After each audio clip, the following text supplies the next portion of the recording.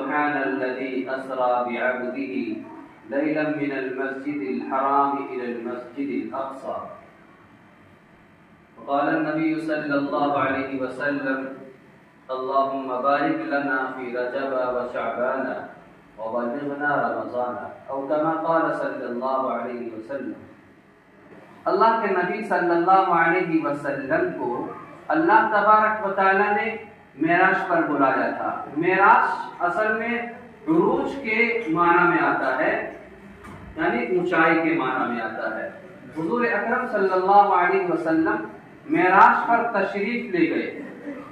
بعض حضرات سے مطلب بعض علماء، بعض عالم یہ کہتے ہیں کہ حضور صلی اللہ علیہ وسلم خواب میں معراج پر تشریف لے گئے تھے. یعنی حضور صلی اللہ علیہ وسلم آرام فرما رہے تھے اور اللہ تبارک و تعالیٰ نے آپ صلی اللہ علیہ وسلم کو خواب دکھایا کہ ہم معراج پر تشریف لے جا رہے ہیں. بعض علماء نے یہ کہا ہے کہ حضور خواب میں معراج پر تشریف لے گئے.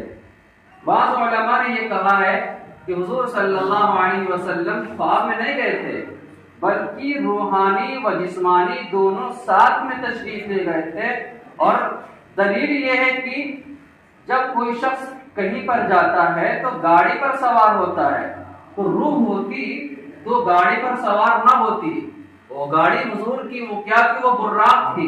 حضور صلی اللہ علیہ وسلم براق پر سوار ہوئے تو پتہ یہ چلا کہ حضور صرف روحانی نہیں گئے تھے، خواب میں نہیں گئے تھے، بلکہ جسمانی و روحانی پورے جسم کے طور پر سواری پر سوار ہوئے تھے. اور آپ صلی اللہ علیہ وسلم کو معراج کا سفر کرایا گیا. حضور اکرم صلی اللہ علیہ وسلم کے بارے میں بھی ایک صحابی نے روایت کیا کہ امی جان عائشہ رضی اللہ عنہا سے کسی نے پوچھا، اے امی جان آپ یہ بتائیں کہ حضور صلی اللہ علیہ وسلم کس حال میں معراج کرایا گیا، سفر کرایا گیا؟ تو حضرت عائشہ نے جواب دیا کہ حضور رات میں گم نہیں ہوئے تھے بلکہ بستر ہی پہ تھے، گھر ہی پر تھے.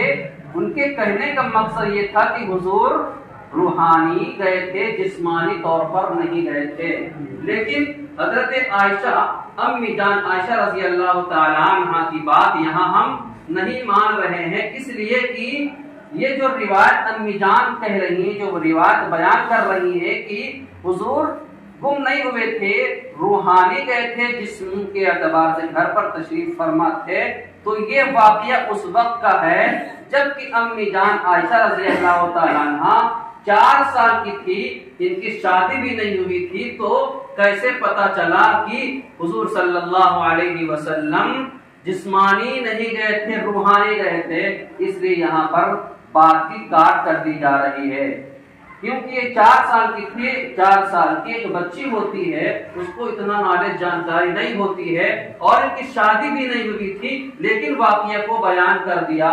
تو پورا واقعہ اس حدیث میں نہیں ہے بلکہ تھوڑا سا ملا کر امی جان نے یہ روایت بیان کر دیا اور دوسرے صحابی نے اس کو پیش کر لیا اور پھر روایت بیان کر دیا کہ حضور صلی اللہ علیہ وسلم روحانی طور پر گئے. بعض لوگ قرآن کی دلیل دیتے ہیں کہ وما جعلنا الرؤيا التي اريناك الا فتنة للناس. وما جعلنا رؤیا کے معنی ہوتے ہیں خواب کے.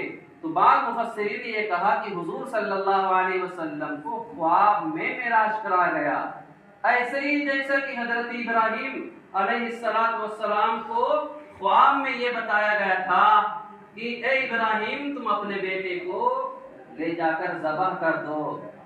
تو جب صبح ہوئی تو ابراہیم نے اپنے بیٹے اسماعیل سے کہا کہ قال یا بنی انی ارى فی المنام انی اذبحک فانظر ماذا تری. اے اسماعیل میں نے خواب دیکھا ہے رات میں. کیا کہہ رہے ہیں؟ اے اسماعیل میں نے رات میں خواب دیکھا ہے کہ میں تم کو ذبح کر رہا ہوں، تو فانظر ماذا تری، تو تمہاری کیا رائے ہے کہ میں تم کو ذبح کروں یا نہ کروں؟ تو اسماعیل نے اس پر جواب دیا تھا کہ ابو جان اللہ نے آپ کو اگر خواب دکھایا ہے تو اس کو کر ڈالیے گا، میں اس سے سنتشت ہوں، ماننے کے لیے تیار ہوں. میں تو بعض مفسرین یہ بھی دلیل دیتے ہیں کہ حضور روحانی گئے تھے، جسمانی نہیں گئے تھے، اور 2 دلیلیں پیش کر دی. وما جعلنا الرؤيا التي، اور دوسری حضرت ابراہیم علیہ السلام کے خواب کی تعبیر، اگر حضور روحانی سفر کر کے گئے ہوتے تو اللہ تبارک و تعالی یہاں پر کہتے اسرا عبدی بروحہ، لیکن عبدی بروحہ روح نہیں کہا ہے، بلکہ یہ کہا ہے کہ اسرا بعبدہ لیلا من المسجد الحرام۔ روح کا لفظ اللہ نے یہاں پر نہیں استعمال کیا، نہیں لکھا ہے، سیدھا روح کا لفظ ہٹا کے عبدہ ہی مراد لیا ہے۔ پتہ یہ چلا کہ اللہ کے نبی صلی اللہ علیہ وسلم روح کے ساتھ نہیں گئے تھے، خواب میں نہیں گئے تھے، بلکہ پورے جسم کے طور پر روح اور جسم دونوں ساتھ میں مل کر براق پر سوار کیا گیا۔ براق سے مسجد اقصی گئے، مسجد اقصی میں نبیوں کی امامت کی، وہاں پر امامت کرنے کے بعد پہلے آسمان پر پہنچے، نبیوں سے ملاقات ہوئی، مصافحہ کرایا گیا، دوسرے آسمان پر حضور پہنچے، پھر وہاں نبیوں سے ملاقات ہوئی، تیسرے چوتھے پانچویں چھٹے ساتویں آسمان پر حضور صلی اللہ علیہ وسلم تشریف لے گئے، نبیوں سے ملاقات ہوئی، اور عرش معلی جہاں اللہ تبارک و تعالی ہے وہ کہاں ہے؟